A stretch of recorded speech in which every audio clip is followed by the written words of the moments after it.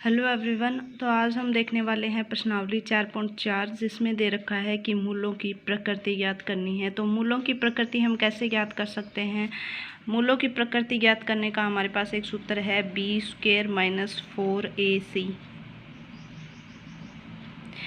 b² - 4ac हमारे पास कोई भी द्विघात समीकरण है, जैसे ax² + bx + c बराबर 0 है।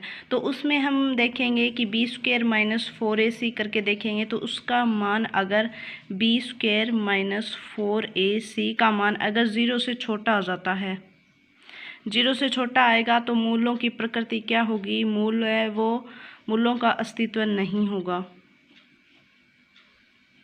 मूलों का अस्तित्व नहीं है। और यदि b² - 4ac का मान 0 के बराबर आ जाता है, अगर b² - 4ac का मान 0 के बराबर आता है तो मूलों का अस्तित्व तो होता है, लेकिन दोनों मूल क्या होते हैं? बराबर होते हैं। तो हम लिखेंगे मूलों का अस्तित्व है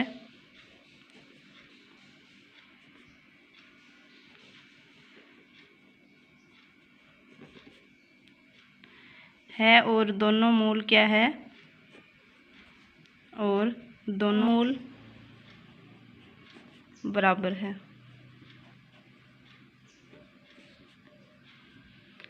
इस समीकरण के जो मूल आएंगे वो दोनों मूल क्या होंगे? दोनों मूल बराबर होंगे। और अगर b² - 4ac का मान अगर बड़ा आ जाता है 0 से, b² - 4ac का मान 0 से अगर बड़ा आता है तो क्या होगा? मूलों का अस्तित्व होगा। और वास्तविक दोनों मूल अलग अलग होंगे, मूलों का अस्तित्व तो होगा।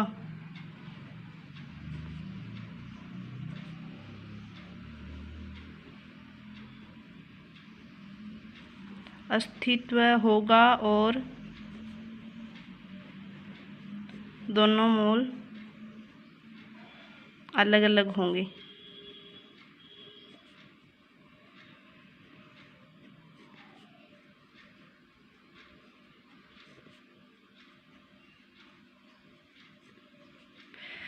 तो हमने देख लिया कि b² - 4ac का मान अगर 0 से छोटा आता है तो मूलों का अस्तित्व नहीं होगा, यानी कि उसके मूल एग्जिस्ट ही नहीं करते, मूल नहीं निकलेंगे। और b² - 4ac का मान अगर 0 के बराबर आ जाता है तो मूलों का अस्तित्व है और दोनों मूल क्या होंगे? बराबर होंगे। अगर b² - 4ac का मान अगर 0 से बड़ा आ जाता है तो क्या होगा? मूलों का अस्तित्व तो होगा और दोनों मूल क्या होंगे? अलग अलग होंगे। तो इस प्रश्नावली में 4.4 में हमें पूछा है कि पहले तो हमें मूलों की प्रकृति ज्ञात करनी है कि मूल किस प्रकार के हैं, मूलों का अस्तित्व है या नहीं है, या फिर दोनों मूल बराबर हैं या फिर दोनों मूल अलग अलग हैं। प्रकृति ज्ञात करनी है और मूल भी ज्ञात करने हैं। तो चलिए हम क्वेश्चन देखते हैं। पहला क्वेश्चन 4.4 का पहला क्वेश्चन कह रहा है, निम्न द्विघात समीकरणों के मूलों की प्रकृति ज्ञात कीजिए और यदि मूलों का अस्तित्व हो तो उन्हें ज्ञात कीजिए। यानी कि पहले तो मूलों की प्रकृति ज्ञात करनी है कि मूल किस प्रकार के होंगे, मूलों का अस्तित्व होगा या नहीं होगा, और फिर क्या करेंगे? उस मूलों को ज्ञात करेंगे कि मूल कितने आए हैं। तो चलिए हम देखते हैं। यहाँ पे हम लिख लेते हैं, दिया गया है हमें a का मान कितना है। x² का जो गुणांक होता है वो क्या होता है? a का मान होता है। तो a का मान कितना है? 2। b का मान कितना है? -3 और c का मान कितना है? 5 दे रखा है। तो हम करेंगे b² - 4ac। तो b² यानी -3 का स्क्वायर -4, a का मान कितना है? 2 है और c का मान कितना है? 5 है। तो कितना आ गया? -3 की स्क्वायर कितनी आएगी? 9 आएगी। -4 को 5 से मल्टीप्लाई करेंगे तो 20 आएगा। 20 को 2 से करेंगे तो 40 आएगा। यानी कि हमारे पास कितना आ गया? -31 आ गया। b² - 4ac का मान कितना आ गया? हमारे पास मान आ गया -31। तो ये -31 क्या है? 0 से छोटा है। तो हम लिख देंगे b² - 4ac का मान क्या है? 0 से छोटा है। तो मूलों का अस्तित्व नहीं है।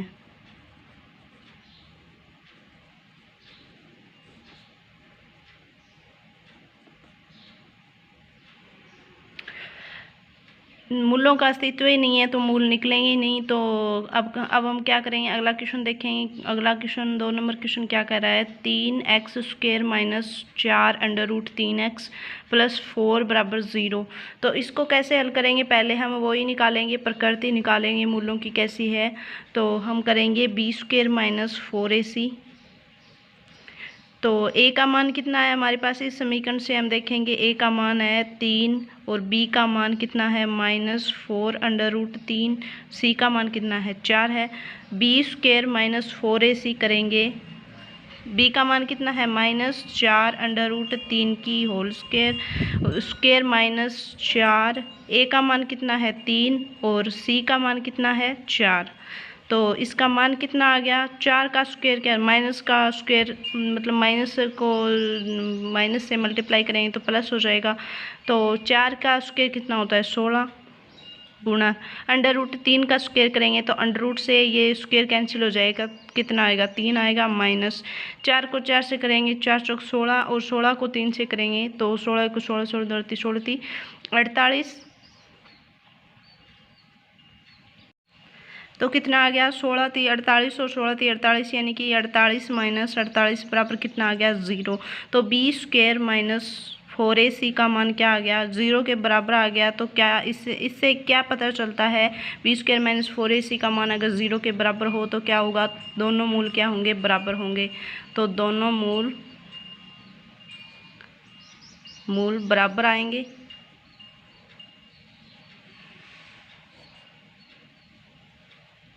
अब हम क्या करेंगे, मूल निकालेंगे। तो मूल निकालेंगे तो द्विघाती सूत्र लगाएंगे। द्विघाती सूत्र क्या होता है, -b plus minus under root b² minus 4ac और बटे में 2a।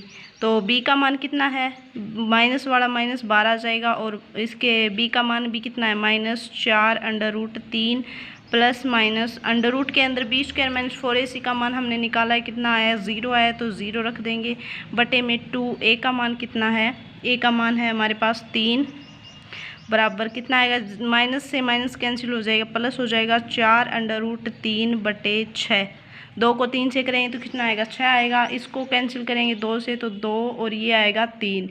3 को अंडर रूट 3 से करेंगे तो ये कैंसिल हो जाएगा, तो कितना बचेगा 2 बटे अंडर रूट 3। तो एक मूल 2 बटे अंडर रूट 3 आ गया, दूसरा ही क्या हो गया, सेम ही होएगा 2 बटे अंडर रूट 3 ही आएगा, क्योंकि b² माइनस 4ac का मान कितना आया था हमारे पास 0 के बराबर आया था। तो दोनों मूल क्या होंगे, बराबर होंगे, 2 बटे अंडर रूट 3 और 2 बटे अंडर रूट 3। अगला क्वेश्चन नंबर 3 क्या कह रहा है, 2x² माइनस 6x प्लस 3 बराबर 0। तो क्या करेंगे, लिख लेंगे, a का मान कितना है 2 और b का मान कितना है माइनस का 6, c का मान कितना है 3 है। तो b² माइनस 4ac करके देखेंगे तो कितना आएगा, b² यानी कि -6 का स्क्वायर माइनस 4, a का मान कितना है 2 है और c का मान 3 है, बराबर कितना आएगा, 6 की स्क्वायर कितनी होती है 36, माइनस 4 को 3 से करेंगे 12 आएगा, 12 को 2 से मल्टीप्लाई करेंगे कितना आएगा 24 आएगा।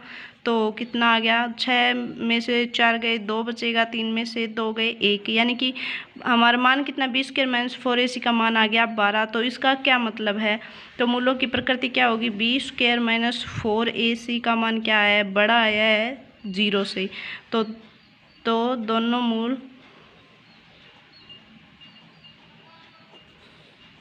अलग अलग होंगे।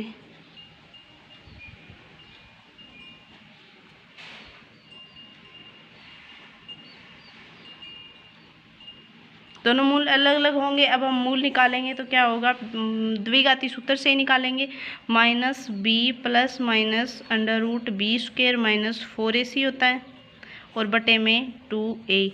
तो b का मान कितना है, माइनस ये वाला माइनस 12 आ जाएगा, माइनस का 6 b का मान और प्लस माइनस अंडर रूट के अंदर हमारे पास b² माइनस 4ac का मान कितना है 12, तो अंडर रूट के अंदर कितना आ जाएगा 12 बटे में 2a। तो a का मान कितना है 2 बराबर, माइनस से माइनस कैंसिल हो जाएगा, प्लस हो जाएगा, प्लस माइनस अंडर रूट 12 बटे में कितना आ जाएगा 4, 6 प्लस माइनस अंडर रूट 12 को हम कैसे लिख सकते हैं, अंडर रूट जैसे 4 और 3 है तो 4 बाहर आएगा तो कितना हो जाएगा 2, तो कैसे लिख सकते हैं 2√3 लिख सकते हैं, और बटे में कितना आ जाएगा 4। इन दोनों में से क्या करेंगे 2 कॉमन ले लेंगे, तो 2 कॉमन आए कितना बचेगा 2 कॉमन आके 3 + -√3 बचेगा, और बटे में कितना है 4। तो 2 से 4 को कैंसिल करेंगे तो 2 बचेगा। तो हमारे मूल आ गए 3 + √3 बटे 2, और एक आ जाएगा 3 - √3 बटे में 2। तो दोनों मूल आ गए, और दोनों मूल क्या है अलग अलग है। b² - 4ac का मान 0 से बड़ा आया था, तो दोनों मूल क्या होंगे अलग अलग होंगे, तो दोनों अलग अलग मूल आ गए। अब हम देखते हैं अगला क्वेश्चन क्या कह रहा है। क्वेश्चन नंबर 2, निम्न प्रत्येक द्विघात समीकरण में k का ऐसा मान ज्ञात कीजिए कि उसके 2 बराबर मूल हो। 2 बराबर मूल हो तो इसका मतलब क्या होता है b² - 4ac के बराबर क्या आएगा 0 आएगा। तो हम देख लेते हैं पहले a के बराबर कितना है 2, b का मान कितना है k, x का जो गुणांक होता है वो ही b का मान होता है, तो x के गुणा में क्या है k है, तो b का मान k आ गया, और c का मान क्या है 3 है। यह शर्त क्या दे रहा है, यह शर्त दे रहा है कि k का ऐसा मान ज्ञात कीजिए कि उसके 2 मूल बराबर हो, मतलब बराबर मूल हो। तो क्या होगा b² - 4ac का मान कितना आना चाहिए 0 आना चाहिए, तभी तो दोनों मूल बराबर होंगे। तो तो k² - 24 आ गया, बराबर में 0 है, तो ये माइनस का 24 बराबर के इधर जाएगा तो क्या हो जाएगा प्लस हो जाएगा, तो k² बराबर क्या आएगा 24 आएगा। k² इधर जाएगा तो क्या हो जाएगा √24 हो जाएगा, तो k का मान क्या आ गया √24 आ गया। प्लस माइनस, क्योंकि √ इधर जाता है तो प्लस माइनस दोनों होता है, तो इसके बाहर क्या लगाएंगे प्लस माइनस। k का मान कितना आ गया √24 आ गया।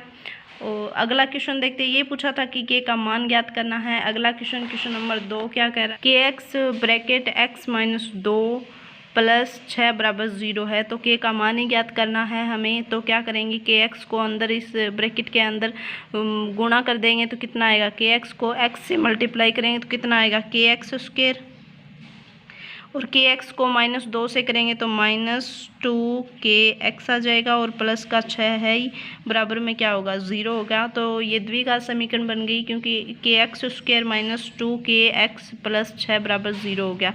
तो यहाँ से a का मान कितना है k है, और b का मान कितना है -2k, c का मान कितना है 6, x के गुणा में क्या है -2k है, तो b का मान कितना आएगा -2k आ गया, और c का मान कितना है 6 है। तो हमारे पास शर्त क्या है b² - 4ac का मान कितना आना चाहिए 0 आना चाहिए, तभी हम k का मान ज्ञात कर सकते हैं। तो b² - 4ac, b का मान कितना है -2k, तो इसकी स्क्वायर -4, a का मान कितना है k है, और c का मान कितना है 6, बराबर में 0 आ गया। 2k की 2 की स्क्वायर करेंगे तो कितना आएगा 4 आएगा, k की स्क्वायर करेंगे तो कितना k² आ जाएगा, माइनस का प्लस हो जाएगा, -4 को 6 से करेंगे मल्टीप्लाई करेंगे तो कितना 24k आ जाएगा, बराबर में 0। तो माइनस का 24k इधर जाएगा, प्लस बराबर के इधर जाएगा तो क्या हो जाएगा प्लस हो जाएगा, 4k² बराबर में 24k आ जाएगा।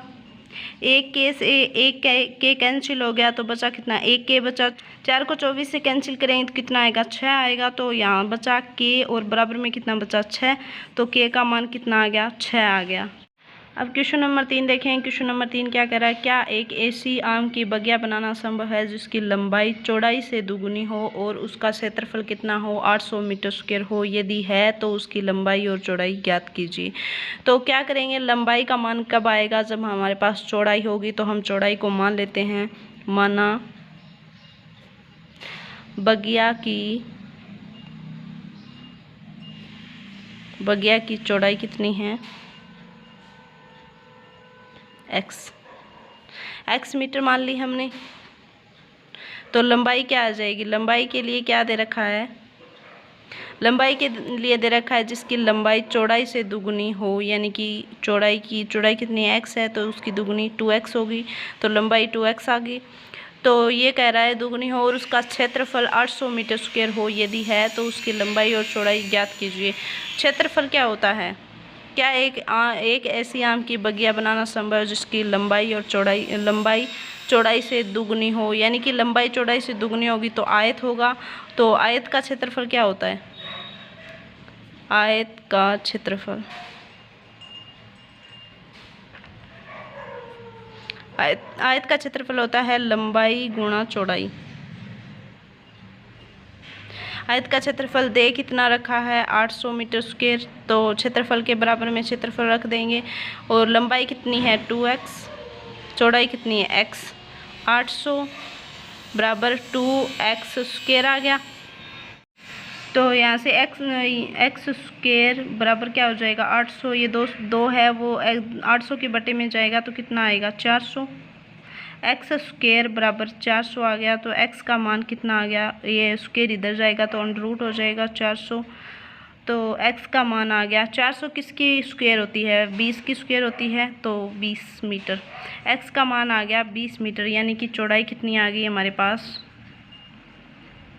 चौड़ाई का मान आ गया 20 मीटर।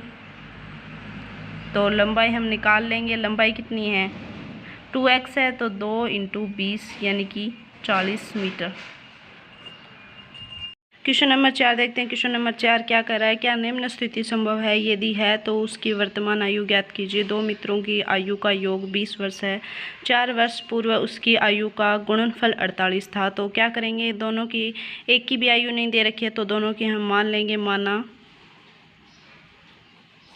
एक मित्र की आयु, मित्र की आयु x है, x वर्ष है, और दूसरे मित्र की आयु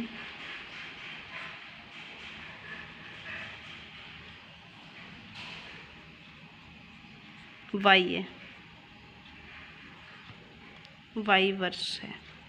क्या दे रखा है, यदि दोनों मित्रों की आयु का योग कितना है 20 वर्ष है, यानी कि x + y बराबर कितना है 20 है। और क्या 4 वर्ष पूर्व यानी कि 4 वर्ष पहले, 4 वर्ष पूर्व पहले मित्र की आयु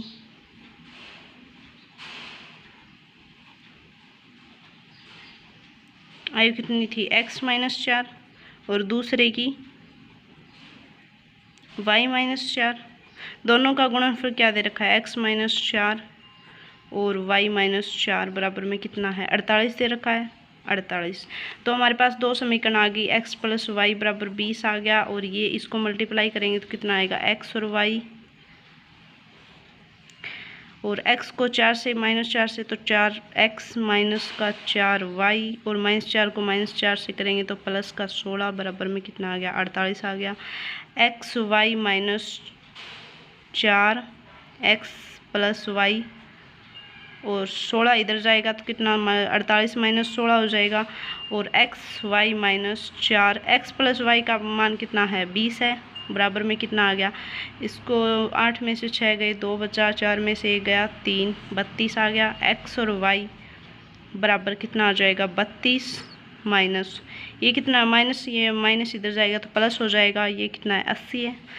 x और y 2 और 11, x और y का मान आया हमारे पास। x का मान, अगर x का मान आता तो हम कर सकते थे, अगर y का मान आता तो हम कर सकते थे। तो हमारे पास दो समीकरण ऐसे आई है, x और y का मान, x और y का मल्टीप्लाई आया 112, और x + y का मान कितना है 20 है। तो इनकी आयु हम ऐसे दो समीकरणों से नहीं निकाल सकते, क्योंकि ये अगर प्लस माइनस में होता तो फिर निकाल लेते, और ये अभी गुणा में है, तो ऐसा कोई तरीका नहीं है कि इसकी x और y की हम वैल्यू निकाल सकते हैं। तो क्या होगा, इससे हम लिख देंगे कि ये स्थिति संभव नहीं है।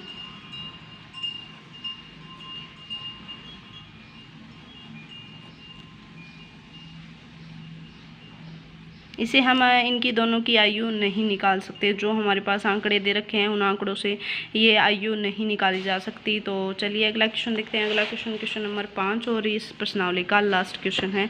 क्या कह रहा है क्वेश्चन नंबर 5, क्या परिमाप 80 मीटर तथा क्षेत्रफल 400 मीटर स्क्वायर के एक पार्क को बनाना संभव है, यदि है तो उसकी लंबाई और चौड़ाई ज्ञात कीजिए। क्या करते हैं हम, लंबाई और चौड़ाई मान लेते हैं। माना पार्क की चौड़ाई x है और लंबाई दोनों के बीच में कोई संबंध नहीं दे रखा तो अलग अलग माननी पड़ेगी। अगर ये दे रखा होता कि लंबाई चौड़ाई की इतने गुना है, या फिर चौड़ाई इतनी गुना कम है, या एक प्लस है या माइनस है, ऐसे कुछ संबंध दे रखा हो तो हम x मान सकते हैं और दूसरी उसके आधार पर निकाल सकते हैं। अभी इन दोनों में कोई संबंध नहीं दे रखा तो क्या करेंगे, चौड़ाई को x मान लेंगे और लंबाई को क्या मान लेंगे, y मीटर, और ये x मीटर है। तो हमें दे रखा है परिमाप, तो पारक आयत का परिमाप कितना होता है,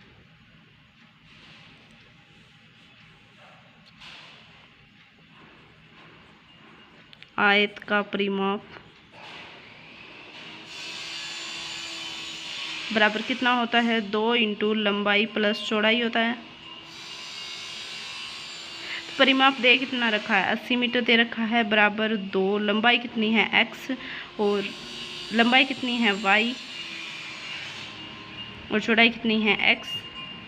तो क्या हो गया, x प्लस वाई बराबर कितना आ गया, 40 आ गया। समीकरण नंबर 1। अब क्या दे रखा है, क्षेत्रफल। तो आयत का क्षेत्रफल कितना होता है, आयत का क्षेत्रफल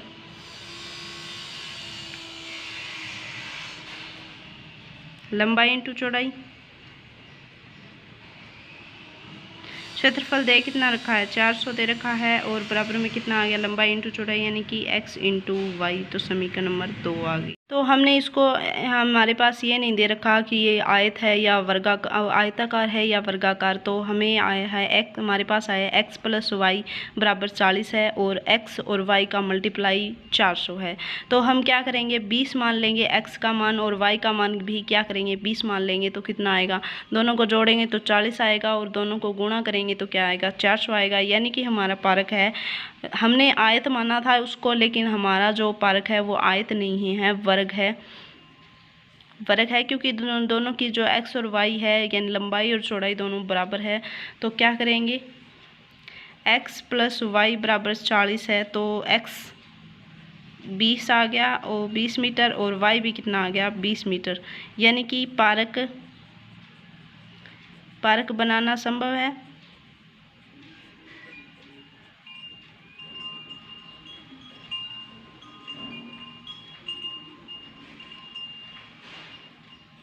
पारक बनाना संभव है, और लंबाई का मान कितना आ गया, 20 मीटर, और चौड़ाई का मान भी कितना आ गया, 20 मीटर। ये पारक क्या है, वर्गाकार है। तो इसका हमारे पास आ गया x का मान 20 आ गया, और y का मान भी 20 आ गया। लंबाई 20 है और चौड़ाई 20 है, इन दोनों का मान बराबर है, तो इसका मतलब ये वर्ग है। तो आपकी 4.4 प्रश्नावली कंप्लीट हो गई। आपको अगर ऐसे ही आपको सारी प्रश्नावली करनी है, स्टेप बाय स्टेप एक एक प्रश्नावली करनी है, तो आप चैनल को सब्सक्राइब कर सकते हैं। और अगर आपको नोट्स चाहिए तो आप टेलीग्राम चैनल से भी जुड़ सकते हैं। टेलीग्राम चैनल यही है, निम्ना जहांगीर क्लासेस ऑफिशियल। तो आप टेलीग्राम चैनल को ज्वाइन कर सकते हैं। वहाँ पे आपको सारी प्रश्नावलियों के कंप्लीट नोट्स, उदाहरण और सारे क्वेश्चंस, एक एक क्वेश्चन कंप्लीट के नोट्स PDF के रूप में मिल जाएंगे। Okay, thank you.